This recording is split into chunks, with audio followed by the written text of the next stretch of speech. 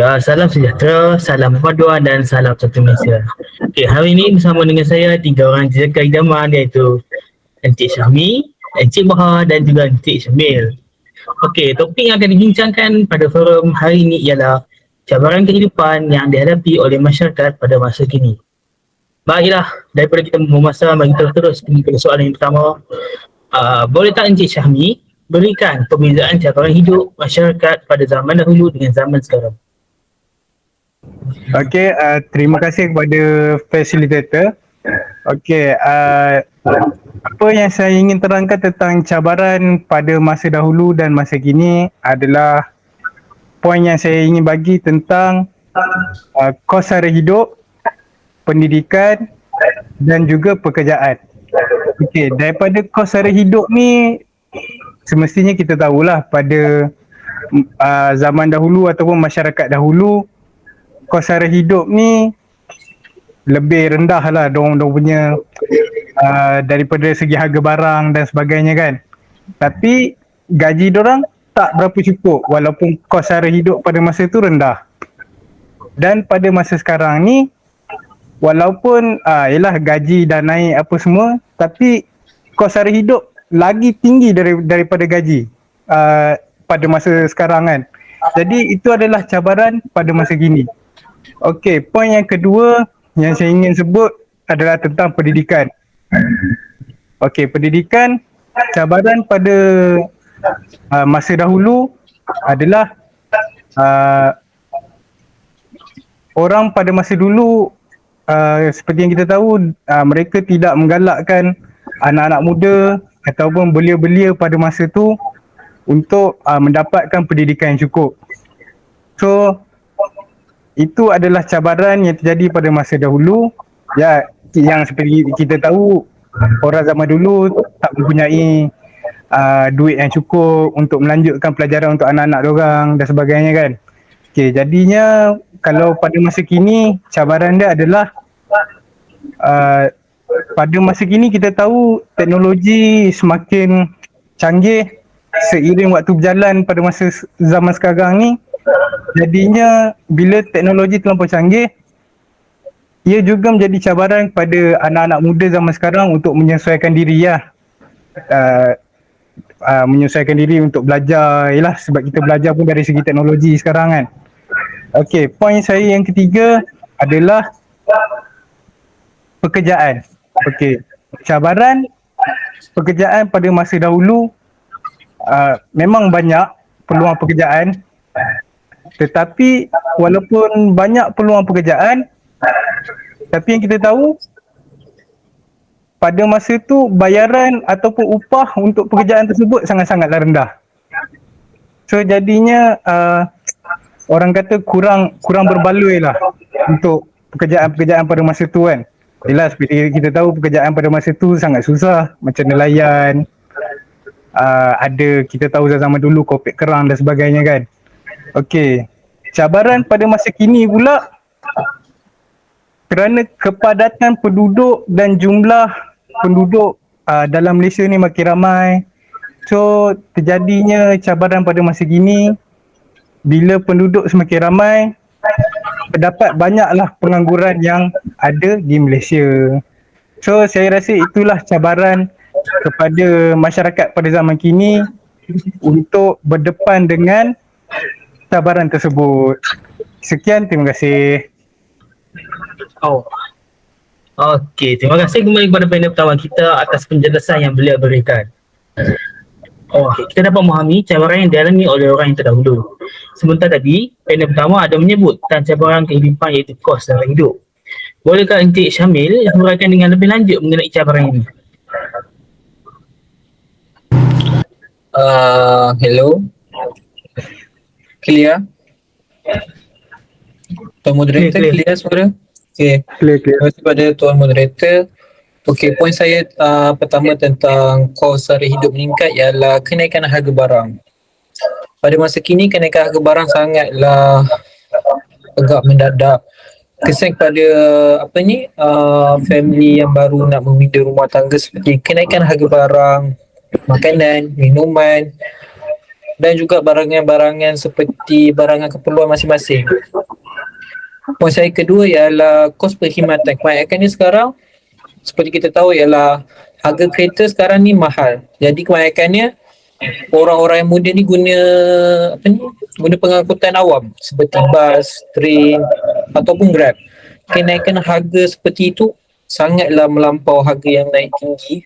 So dia menyusahkan jugalah kepada anak-anak muda sekarang. Poin yang ketiga adalah kos rumah. Seperti kita tahu di bahagian bandar kos rumah sangatlah mahal. Seperti yang saya tahu di area bandar ada yang per bulan rumah apartmen mencecah sehingga 2,000 lebih untuk sebulan sahaja. Kalau rumah flat biasa mencecah hinggalah 1,100 ataupun 1,500. So itu saja poin saya. Terima kasih. Okey, terima kasih kepada panel kedua kita. Sudah terang lagi bersilu bahawa kos hidup merupakan antara cabaran kehidupan terbesar yang dihadapi oleh masyarakat. Okey, antara faktor yang menyumbang kepada cabaran ini adalah kos perkhidmatan, kos rumah dan sebagainya. Baiklah, soalan yang seterusnya, boleh tak Encik Baharudin berikan contoh lain cabaran kehidupan yang dihadapi oleh masyarakat? Terima kasih kepada moderator. Okay. Antara cabaran lain bagi abad ke-21 ini ialah revolusi perindustrian teknologi. Revolusi perindustrian teknologi kita pada masa kini ialah revolusi 4.0 di mana ia lebih menekankan kepada penggunaan teknologi dan maklumat iaitu ICT. Sebagai contoh, teknologi AI di mana penggunaan robot yang mampu berfungsi seakan-akan manusia lah. So ini akan menggugat manusia dalam sektor pekerjaan. Okay. Cabaran kedua ialah pertambahan penduduk kawasan bandar yang semakin pesat. Pertambahan penduduk ini terjadi kerana penduduk luar bandar dia berhijrah ke bandar untuk mendapatkan peluang pekerjaan yang lebih baik daripada luar bandar. Hal ini terjadi kerana kawasan luar bandar tidak menyediakan peluang pekerjaan yang tinggi kepada penduduknya. Okay. Cabaran yang ketiga ialah persaingan yang tinggi dalam sektor pekerjaan. Cabaran ini dia berkait rapat dengan cabaran yang saya sebutkan sebelum tadi iaitu pertambahan penduduk kawasan bandar yang pesat. Apabila terlalu ramai penduduk dalam sesebuah kawasan ini, maka terjadi persaingan yang tinggi untuk merebutkan pekerjaan. Biasanya sesebuah syarikat dia akan tengok kepada tahap akademik seseorang untuk melantik beliau bekerja di syarikat tersebut. Jadi pemegang SPM akan kalah dengan pemegang ijazah sarjana muda. Okey, itu saja daripada saya. Terima kasih. Okey, baiklah. Panel ketiga kita baru sahaja memberi beberapa contoh lain bagi cabaran hidup yang dihadapi oleh masyarakat. Betul apa yang dikatakan oleh beliau bahawa revolusi perindustrian, pertumbuhan penduduk yang pesat dan persaingan yang sengit juga merupakan salah satu cabaran yang dihadapi oleh masyarakat pada masa kini.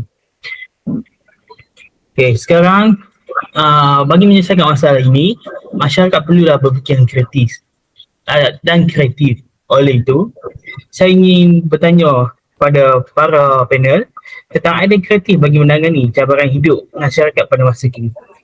Okey, apakah pandangan Encik Syahmi? Apakah langkah yang boleh dilakukan untuk mendepani revolusi perindustrian 4.0? Okey, sekali lagi terima kasih kepada facilitator. Okey, langkah yang boleh kita ambil untuk mendepani revolusi industri 4.0 ni, kalau pada pandangan saya ambil daripada sudut kerajaan. Okey, jadinya kerajaan boleh memperkasakan lagi lah sekolah-sekolah kemahiran yang seperti kita tahu yang ada di Malaysia ni, sekolah teknik ataupun vocational. Okey, memanglah kita tahu vocational dan teknik ni tak berapa banyak kemahiran tentang IT.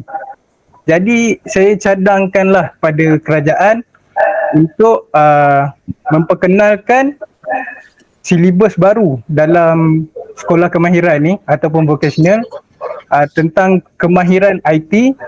Ya, seperti kita tahu dalam IT ni ada pelajar yang boleh buat coding dan sebagainya.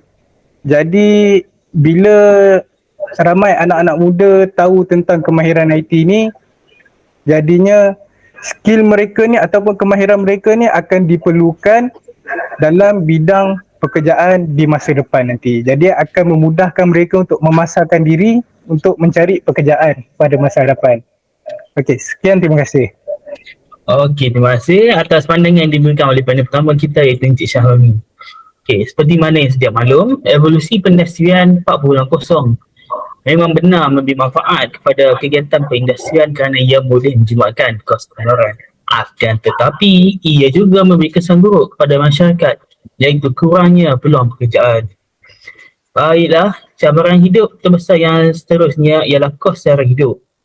Okey, saya ingin bertanya kepada panel kedua kita, apakah yang boleh dilakukan oleh masyarakat untuk mengatasi cabaran ini? Okay, terima kasih kepada Tuan Moderator.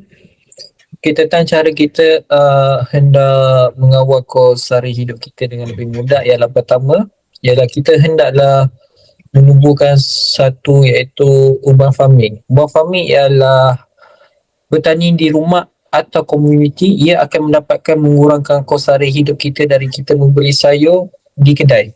Seperti kita dapat tahu, sayur di Malaysia kebanyakannya naik harga dia meninggi. So, cara kita nak menyelesaikan masalah tentang pembelian barang yang mahal, kita hendaklah membuat urban farming. Okey, poin kedua ialah minimaliskan perbelanjaan. Seperti kita tahu, perbelanjaan dalam kos sara hidup makin meningkat pada abad ke-21. So, kita hendaklah mengurangkan lagi kos perbelanjaan kita pada masa sekarang. Seperti mana? Sepertinya contohnya kita hendaklah mengurangkan pembelian. Seperti kita hanya perlulah beli barang-barang asas seperti yang keperluan sahaja. So kita dapatlah jimatkan sikit wang kita. Poin ketiga adalah kita hendaklah bandingkan harga di online supaya kita dapatlah tahu kedai mana yang lagi murah. Seperti contohnya kita bandingkan harga Tesco dengan Maidin dengan AU supaya kita dapatlah lebih terjaga kita punya kos sara hidup kita. Itu saja. Okey, baik. Terima kasih atas perkongsian idea tersebut oleh panel kedua kita dalam menghadapi cabaran kos sara hidup yang tinggi. Saya bersetuju dengan idea yang dikongsikan oleh panel kedua kerana ia bukan sahaja dapat mengurangkan perbelanjaan, malah dapat memastikan keuangan sebuah keluarga terjamin. Baiklah, cabaran hidup yang ketiga yang ingin saya bertanya ialah pertambahan penduduk bandar yang pesat. Boleh tak Encik Baharudin berkongsi idea Encik bagi mengatasi cabaran ini? Okay, pada pandangan saya, pihak kerajaan perlulah membangunkan pembandaran terancang luar bandar. Seperti yang kita tahu, penduduk luar bandar dia berpindah ke kawasan bandar bagi meningkatkan taraf hidup mereka. Jadi pihak kerajaan perlulah giat untuk menjalankan pembangunan luar bandar. Contohnya membina sektor perkilangan di kawasan luar bandar. Hal ini dapat membuka peluang pekerjaan kepada penduduk luar bandar. Dengan kaedah ini, penduduk luar bandar tidak perlu bersusah payah untuk berhijrah ke kawasan bandar untuk mencari pekerjaan. Kos sara hidup di luar bandar juga rendah berbanding bandar, jadi mereka dapat kurangkan kos sara hidup mereka. Selain itu juga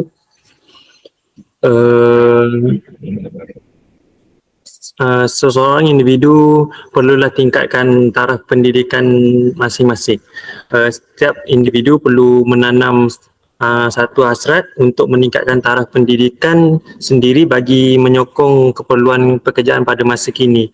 Hal ini demikian kerana dunia yang semakin maju kan, sekarang banyak guna teknologi AI, jadi setiap individu perlulah berupaya untuk beradaptasi dengan perubahan yang berlaku secara drastik. Okey, itu saja daripada saya. Terima kasih moderator. Okey, baik. Terima kasih saya ucapkan kepada tiga panel kita kerana telah sudi hadir dan sudi menyuarakan pendapat masing-masing. Moga apa yang kita dapat hari ini tidak sekadar masuk telinga kanan, keluar telinga kiri. Nampaknya masa amat mencuri kita. Sebelum berakhir, saya ingin menyimpulkan isi forum ini bahawa cabaran-cabaran hidup yang dihadapi oleh masyarakat pada masa kini boleh diatasi dengan berkesan sekiranya masyarakat berfikir secara kreatif. Iaitu bukan hanya berfikir atau bertumpu pada suatu masalah, sebaliknya berfikir tentang cara penyelesaiannya. Sekian daripada saya. Yang baik datang daripada Umar dan yang buruk datang daripada saya. Okey. Assalamualaikum.